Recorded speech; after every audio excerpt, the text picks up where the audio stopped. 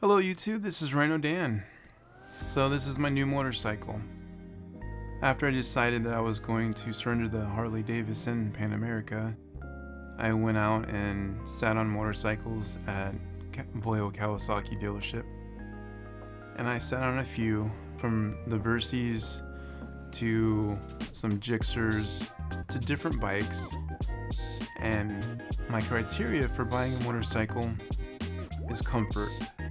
I know you can make most bikes comfortable, you can change bars, you can change seating positions, which is true, but then I also have to worry about other type of comfort too, which is potholes and suspension.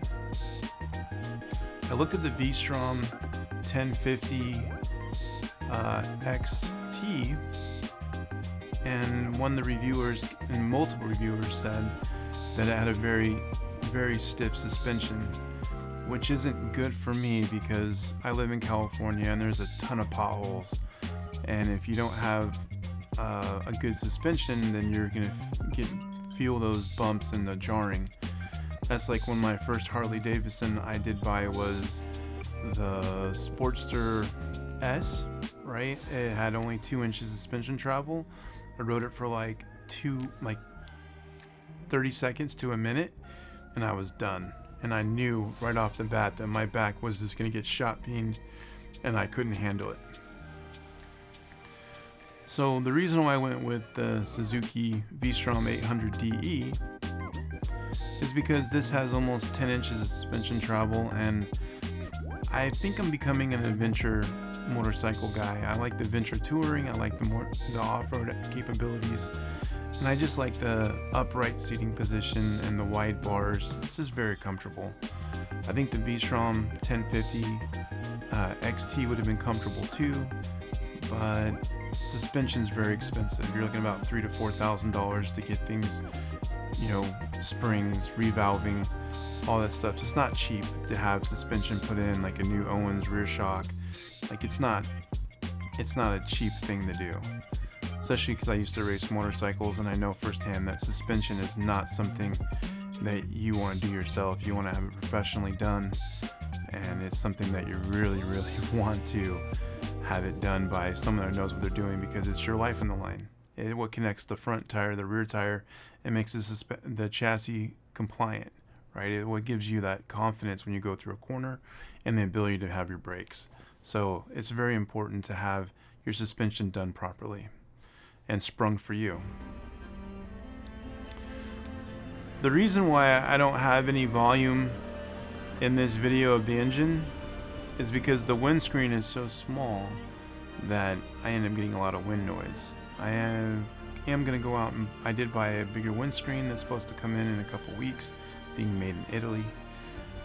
Once it's on, I'll make a review of that.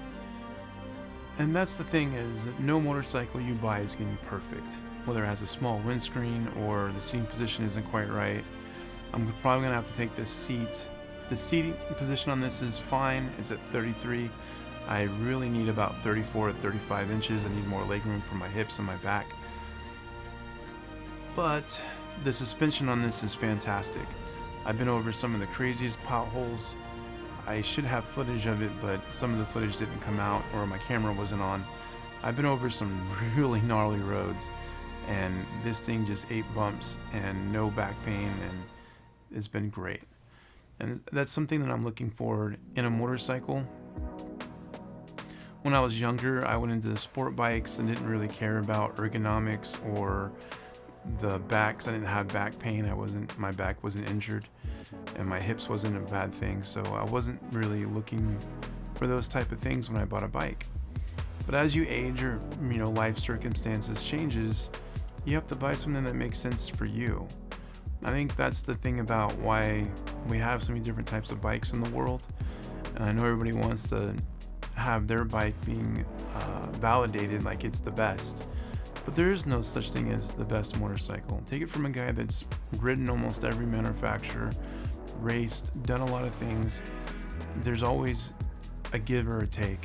Whether the engine's great but the bike isn't good for you ergonomically.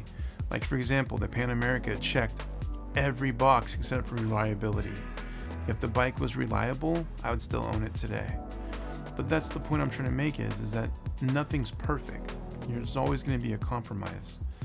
Another reason I went with the Suzuki, because I had a Gixxer 750 in the past and it was a fantastic motorcycle.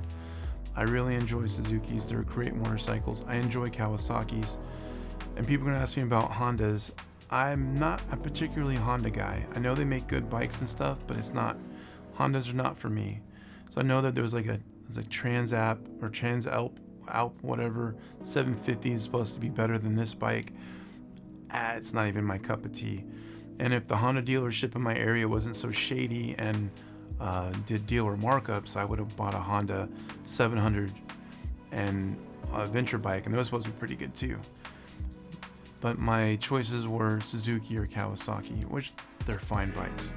I just went there because the dealership was good. Brett, who owns Vallejo Powersports, me and him have been friends for a long time. He's a straight up guy. You go in there, you just pay your sales tax, assembly fee, and freight, and that's it. There's no markup. It's just MSRP. It's like the best deal in my area, because a lot of dealerships charge dealer markup and they bend you over backwards and ream you. That's what happened with me at the Harley Davidson. That's why I'm so upside down.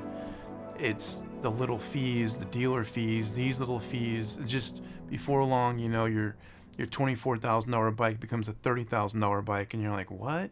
It just doesn't make any sense. But that's part of the dealing with certain dealers, right? They're always adding these little things into you, jabbing you here and there and nickel diming you. But Brett at Vallejo Powersports didn't. I use this as one of my daily transportations. Gas is so expensive in California. It's like almost $6 a gallon. And my van that you saw earlier in the video is like my camper van, and I only use it when I need to. I'm trying to keep the miles low on it. So until I do, that's pretty much where I'm at right now.